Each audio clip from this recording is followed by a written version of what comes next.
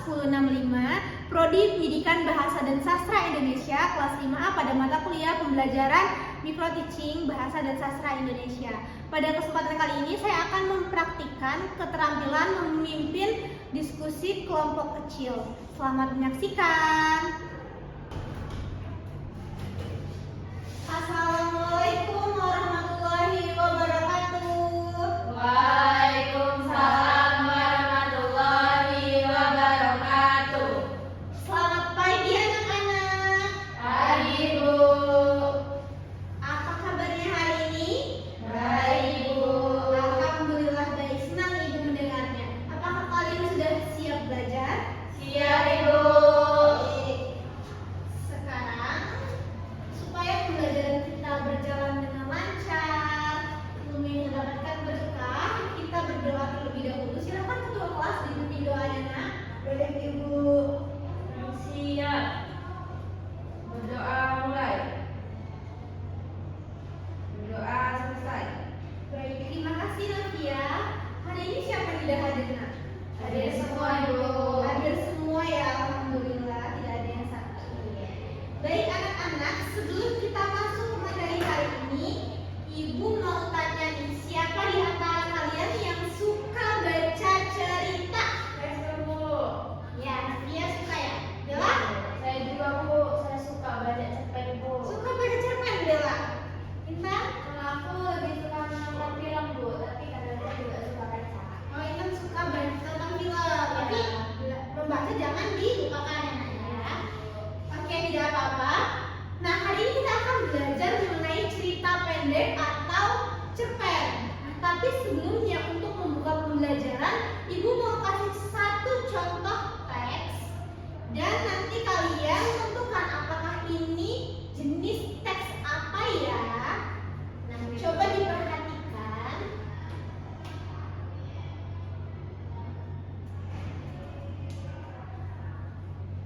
Coba diperhatikan siapa yang mau membaca.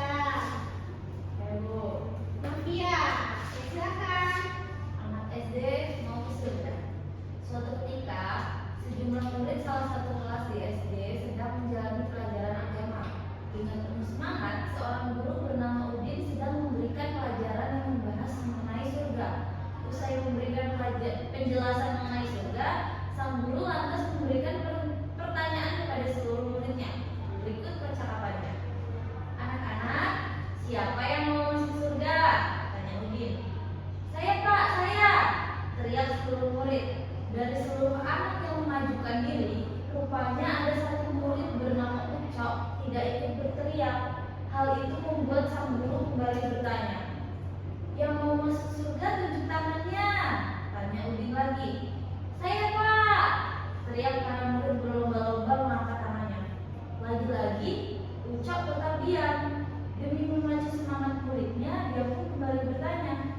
Yang mau masuk surga, ayo berdiri. Mendengar itu, seluruh murid berdiri, kecuali Ucok yang tetap diam dan malah disibukkan dengan bukunya sendiri. Masa ada murid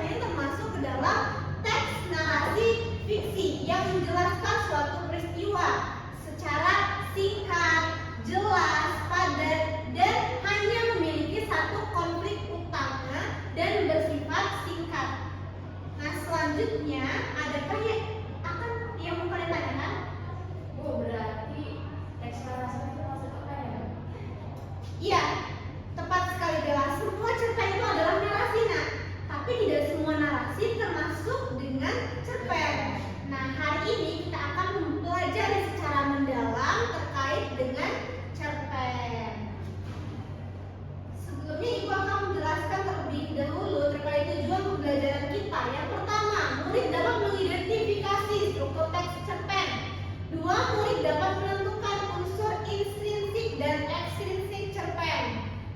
Kemudian, silakan selanjutnya kalian keluarkan buku catatan kalian karena ibu akan menjelaskan terkait materi kita hari ini. Sudah? Baik, sekarang ibu akan menjelaskan terkait pengertian dari cerpen. Apa sih yang dimaksud dengan cerpen? Cerpen adalah suatu karangan fiksi yang menjelaskan suatu kehidupan tokoh secara singkat, padat, dan jelas. Cerpen biasanya dibaca dengan sekali duduk, tidak seperti novel yang membutuhkan waktu yang lama. Jadi kalau ditanya cerpen itu yang membedakan dengan teks lainnya itu apa sih? Kalau cerpen hanya dibaca sekali duduk, tepat sekali. Jadi cerpen itu cerita yang pendek ya? Iya nak, betul sekali. Cerpen adalah cerita pendek, tapi bukan berarti karena pendek asal-asalan membuatnya. Tentu saja harus ada unsurnya, ada strukturnya di dalamnya sehingga cerpen itu menjadi lebih efektif ya nak ya. Dan selanjutnya ibu akan menjelaskan terkait fungsi dari teks cerpen. Fungsi yang pertama adalah fungsi rekreatif. Fungsi cerpen. Oh iya, kita belajar mengenai cerpen. Hari ini tanggal berapa nak? 29. Fungsi cerpen. Yang pertama adalah fungsi rekreatif. Rekreatif ini artinya adalah fungsinya menghibur pembaca ya. Yang kedua adalah fungsi estetis. Estetis ini maksudnya apa ibu? Jadi di dalam suatu cerpen ini menampilkan keindahan dari tulisan si pengarang. Kemudian ada fungsi apa nak? Moralitas. Moralitas. Nah di dalam cerpen berisikan nilai-nilai moral yang dapat dipetik oleh pembaca. Kemudian memiliki fungsi didaktif. Fungsi didaktif maksudnya adalah berisikan nilai-nilai kebaikan yang dapat diambil oleh pembaca di dalam cerita. Jadi intinya pada suatu cerpen pastinya memiliki nilai kebaikan ya, mengajarkan nilai kebaikan. Kemudian ada fungsi religius. Ibu, ya nak? Saya ikut toilet ya Bu. Oh ya silakan Bella. Tidak apa-apa.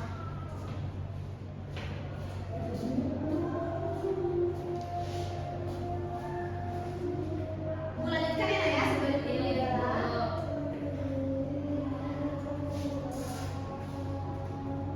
Selanjutnya ibu akan menjelaskan terkait dengan ciri-ciri cerpen. Ciri cerpen.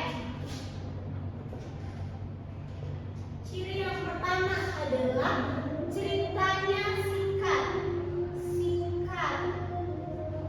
dan hanya memiliki satu konflik. Artinya ceritanya itu dia hanya fokus pada satu konflik aja yang menjadi masalah. Dia tidak panjang, tidak berlembar-lembar seperti novel atau novelet ya nak ya. Kemudian tokohnya terbatas. Tokoh terbatas. Artinya tokoh yang ada di dalam teks cerpen hanya ada satu tokoh utama dan ada tokoh tambahan untuk melengkapi dari cerita cerpen. Dan alur ceritanya tunggal. Alur tunggal maksudnya hanya memiliki satu alur, tidak berbelit-belit ya nak ya. Kalau di novel kan biasanya alurnya bisa flashback juga ya nak ya. Jadi kalau cerpen itu dia hanya satu.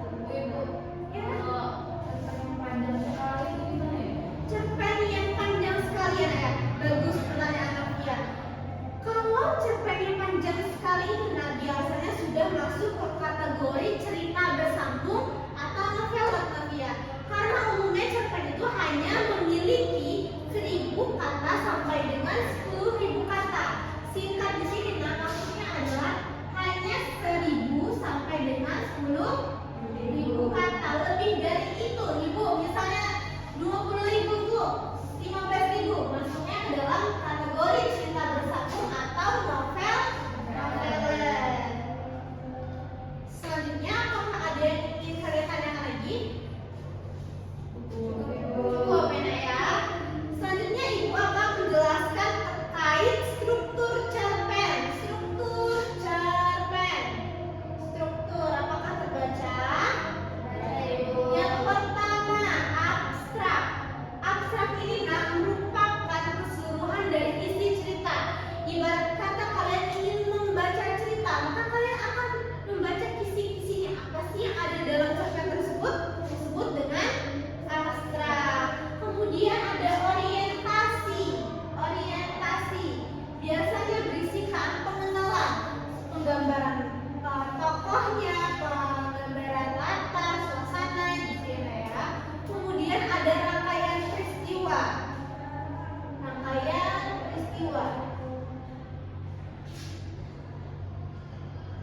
Nah, di dalam rangkaian peristiwa setelah menjelaskan pengenalan tokoh di bagian paragraf pertama akan masuk ke penjelasan cerita, tapi belum masuk ke konflik. Karena apabila menuju konflik dan puncak masalah itu disebut dengan komplikasi. Nah, jadi suatu teks misalnya dalam paragraf tersebut berisikan masalah yang memuncak itu disebut dengan komplikasi. Kemudian ada resolusi. Nah, resolusi ini merupakan bagian yang menceritakan penyelesaian. Saya boleh toilet nggak? Toilet, ya silakan.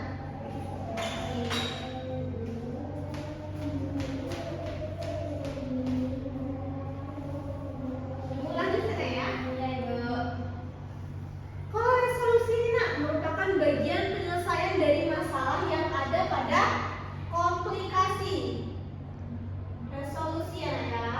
Dan kemudian terakhir ada koda. Ini merupakan komentar akhir.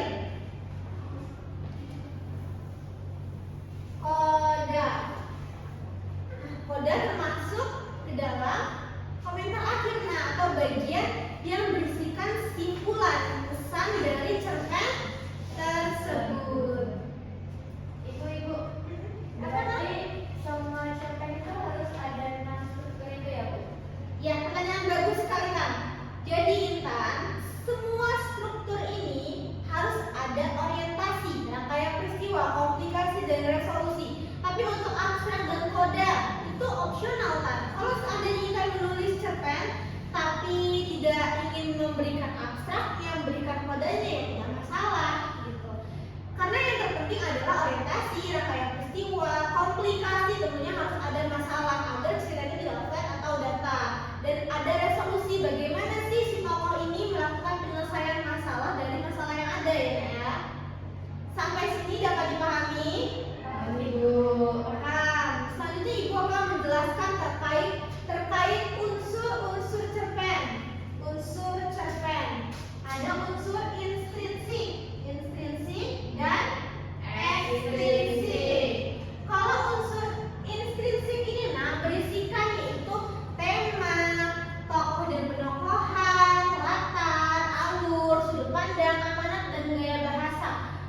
Kalau kalian bingung bedanya tokoh dan penokohan itu apa sih Ibu? Tokoh dan penokohan itu berbeda ya. Kalau tokoh adalah pelaku. Misalnya Novia, Bella, Intan. Ini merupakan pelaku. Tapi kalau penokohan bagaimana sih penghalang menggambarkan karakter Novia, Intan, Bella dalam cerita? Apakah Intan ini wataknya baik? Apakah jahat? Apakah Bella ini suatu apa? Ini namanya penokohan. Sampai sini dapat dipahami?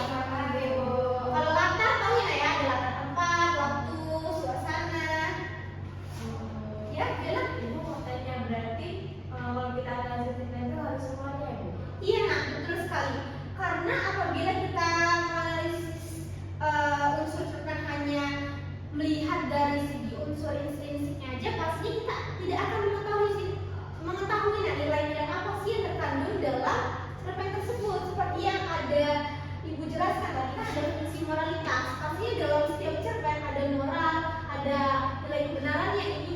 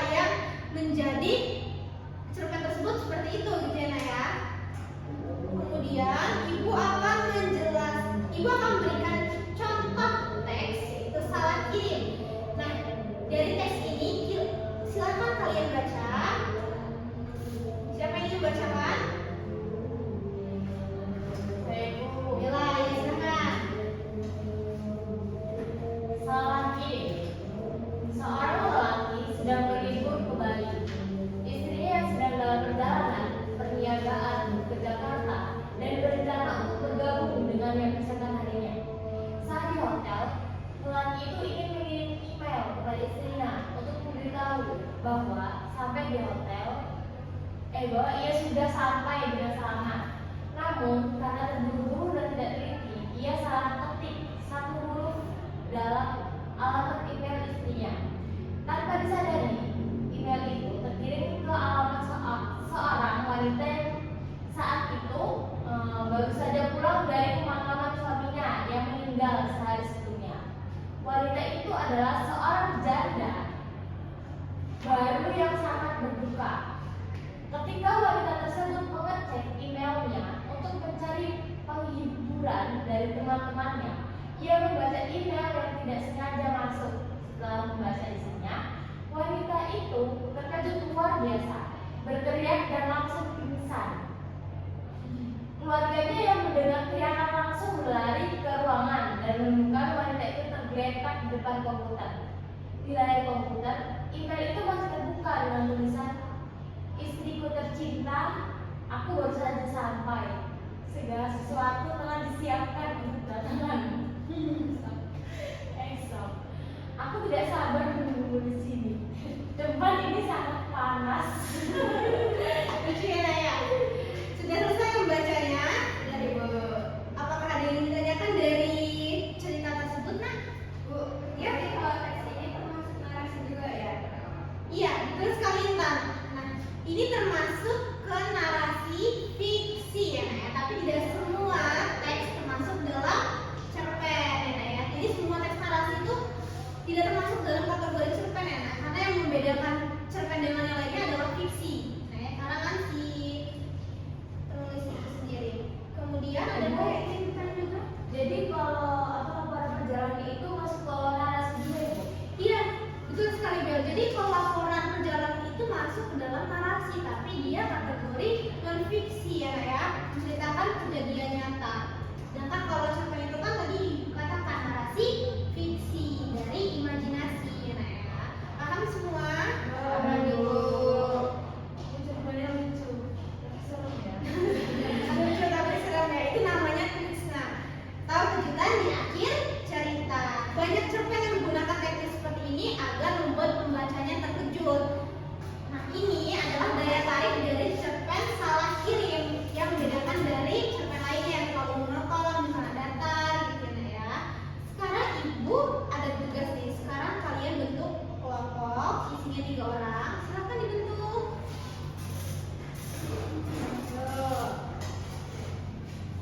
Nah, baik, tugas kalian adalah mengidentifikasi, menganalisis dari teks salah kirim cerpen ini. Waktunya hanya 5 menit ya Nak ya. Dan Ibu akan memantau jalannya diskusi kalian. Oke, jadi kita langsung ya, kita harus dari strukturnya dulu. Nah, menurutku ini ya, menurutku ini orientasinya itu ada di bagian awal waktu sampai ke Bali.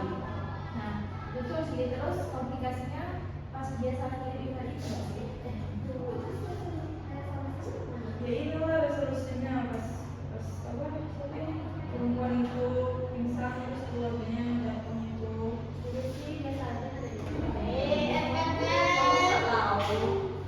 Kalian kan saling bekerja sama, kelompok semua memiliki kesempatan untuk berbicara. Jadi apabila ada teman yang berbeda pendapat, kita tidak boleh menyalahkan ya Nak ya, tapi didengar terlebih dahulu.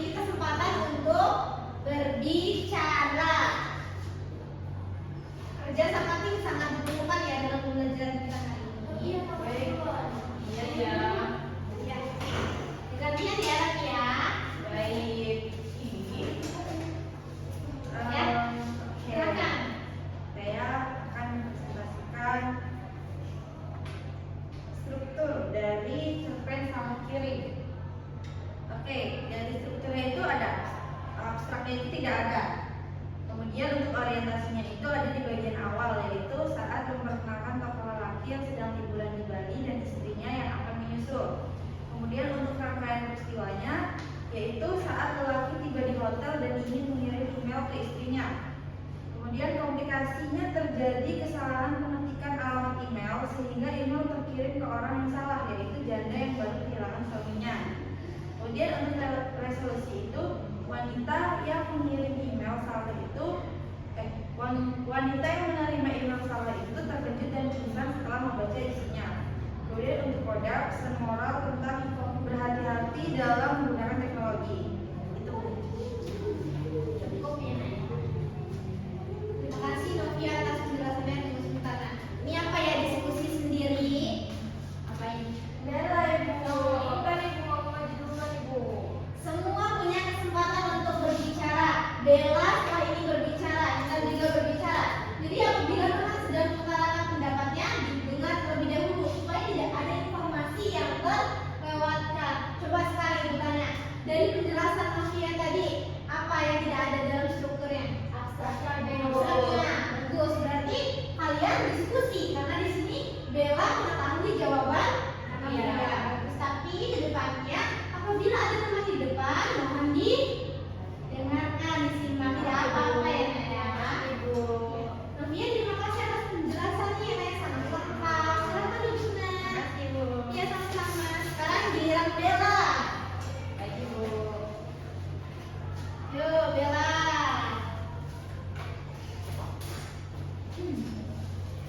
Terima kasih ibu. Saya mau bacain unsur intrinsik cerpen salah kirim yang telah kami temukan tadi. Yang pertama itu temanya kesalahan komunikasi dan dampak teknologi dalam kehidupan modern. Tokohnya itu ada 3, lelaki yang berlibur, istrinya yang akan menyusul, dan janda yang menerima email saat kirim itu. Kemudian penokohannya itu lelaki digambarkan terburu-buru dan kurang teliti, sedangkan janda digambarkan sedang berduka. Kemudian alurnya itu alur maju karena cerita berjalan runtut dari awal hingga akhir. Tempatnya itu di hotel dan rumah janda itu sendiri. Kemudian alur waktunya itu masa kini, terlihat dari penggunaan email karena masih dulu nggak ada email bu. Ya. Kemudian sudut pandangnya itu orang ketiga yang serba tahu. Yang terakhir itu amanat. Kita harus teliti dan hati-hati dalam menggunakan teknologi, terutama dalam komunikasi digital. Cukup ibu. Nah, sempurna sekali penjelasan Bella, sangat detail. Tadi menjelaskan tema, tokoh-tokohan, latar, dan sebagainya, Nak ya. Terima kasih Bella. Sekarang silakan duduk, Nak. Sekarang Intan. Bella semangat banget gitu ya. Sampai rebutan ini sama Intan. Baik. Oh, Nathan itu pintar semua.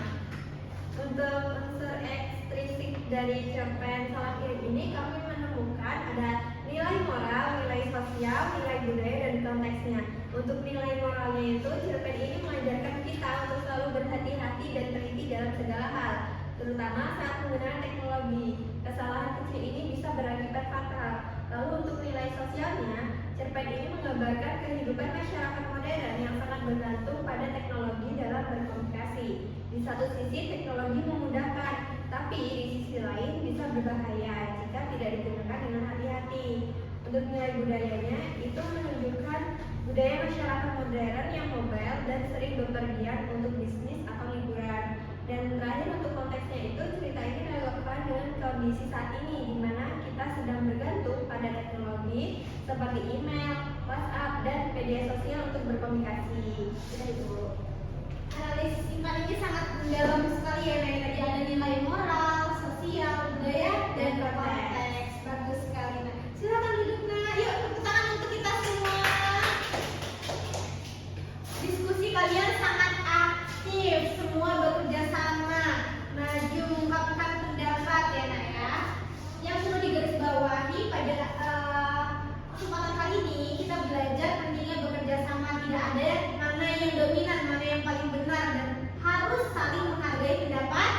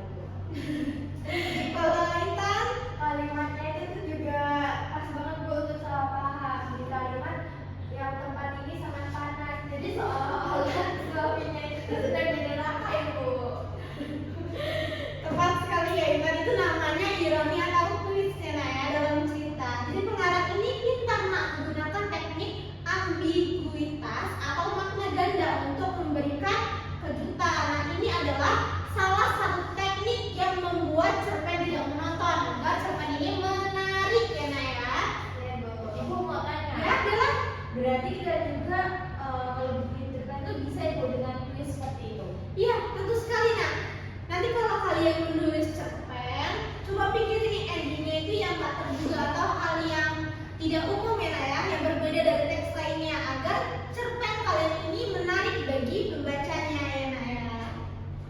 Dan sampai sini ada yang ingin kalian tanyakan? Ibu. Baik, Ibu simpulkan pembelajaran hari ini. Cerpen ini termasuk ke jenis teks narasi karena sama menceritakan suatu peristiwa.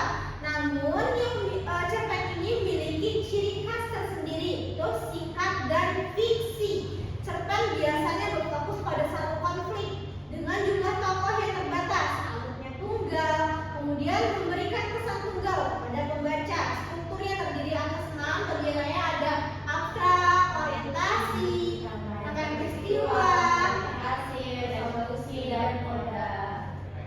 selanjutnya ada unsur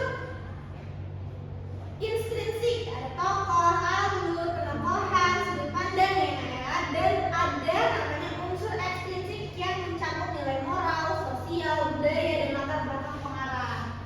Sekarang Ibu mau tanya, setelah belajar tentang cerpen ini, belajar tentang cerpen, apa yang kalian rasakan? Apakah ada kesulitan? Bagus seru Bu. Seru. Paham hal cerpen. Iya Bu, betul Bu. Apalagi pas diskusi kelompok tadi Bu, jadi banyak belajar dari teman-teman Bu. Saya juga lebih jadi tertarik menulis cerpen. tertarik menulis cerpen. Bagus sekali semuanya Nak ya. Jadi Nak, membaca dan menulis cerpen itu bisa mengasah kreativitas dan empati kalian. Jadi ketika kalian ingin menulis cerpen, ya udah tulislah. Nah, jangan sampai takut salah, karena salah itu belakangan. Yang penting kita belajar. Sekarang Ibu ada tugas kalian di rumah. Silakan catat tugasnya. Kalian buat cerpen dengan tema bebas sesuka kalian ya Nak ya. Dan buat cerpen minimal 3 paragraf, sekitar 500 kata ya Nak ya. Kemudian tentunya cerpen ini memuat struktur, unsur ekstrinsik dan intrinsik, dan yang penting Ibu ingin lihat bagaimana kalian membuat kejutan di akhir cerita atau cerpen dan dikumpulkan minggu depan serta bacakan di depan kelas. Nah, kalian bisa menulisnya dari pengalaman sehari-hari kalian ya Nak ya. Sampai sini dapat dipahami? Paham Ibu. Nah, kalau ada kesulitan nanti hubungi Ibu di grup WhatsApp ya Nak ya. Baik, sepertinya pembelajaran kita hari ini sudah cukup. Ibu sangat bangga dan dengan partisipasi kalian. Sekarang untuk mengakhiri pembelajaran kita hari ini, silakan ketua kelas dipimpin doanya. Ibu. Duduk siap. Berdoa mulai. Berdoa selesai. Baik, terima kasih Novia. Mohon maaf apabila Ibu salah tutur kata dalam menjelaskan. Ibu akhiri, wassalamualaikum warahmatullahi wabarakatuh. Waalaikumsalam warahmatullahi wabarakatuh. Ibu pamit ya Nak ya. Iya Ibu, terima kasih Ibu.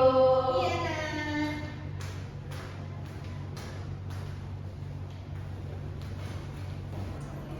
Assalamualaikum warahmatullahi wabarakatuh. Saya Intan Fadila sebagai observasi lisan dari Saneha Jovita Sari dengan topik unsur dan struktur cerpen.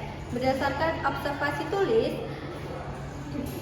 ia memusatkan perhatian dengan merumuskan tujuan, lalu merumuskan kembali masalah, lalu menandai hal-hal merumuskan masalah, dan membuat rangkuman bertahap. Untuk memperjelas masalah atau urunan pendapat, ia memparafase, merangkum, dan menguraikan secara detail. Untuk menganalisis pandangan siswa, ia menandai persetujuan dan ketidaksetujuan. Lalu untuk meningkatkan urunan siswa, ia menimbulkan pertanyaan, menggunakan contoh, menggunakan hal-hal yang sedang hangat dibicarakan, menunggu, dan memberi dukungan. Lalu untuk menyebarkan kesempatan berpartisipasi, Saneha meneliti pandangan, mencegah pembicaraan yang berlebihan, menghentikan atau melarang memonopoli. Lalu untuk terakhir, menutup diskusi, Saneha meneliti pandangan dan memberikan gambaran yang akan datang. Lalu yang kedua, respon siswa. Yang pertama, seberapa banyak respon murid dalam berdiskusi itu respon siswanya cukup. Lalu apakah menurut murid, komentar anggota kelompok itu relevan. Menurut respon siswa itu selalu. Yang ketiga, apakah menurut murid ada anggota yang berbicara terlalu banyak? Itu respon dari siswa ada beberapa. Dan yang keempat, apakah murid mempunyai waktu untuk berpikir setelah guru mengajukan pertanyaan atau teman murid berbicara? Lalu untuk respon siswanya itu selalu. Dan yang kelima, apakah benda-benda yang diperlihatkan guru menyebabkan murid ingin berbicara? Responnya yaitu selalu. Dan yang keenam, apakah murid menganggap guru tertarik pada apa yang murid bicarakan? Untuk respon siswanya itu selalu. Yang ketujuh, selama diskusi, apakah murid mengemukakan ide baru? Respon siswanya iya. Lalu yang kedelapan, bila guru mengajukan pertanyaan, apakah pertanyaan tersebut cukup jelas bagi murid? Respon siswanya yaitu selalu. Yang kesembilan, bila seseorang memberikan jawaban atau komentar yang salah, maka guru, respon siswanya memberikan keterangan tambahan. Lalu yang terakhir, yang ke-10, apakah tujuan diskusi itu cukup jelas bagi siswa? Dan respon siswanya adalah iya. Baik, terima kasih. Sekian. Terima kasih.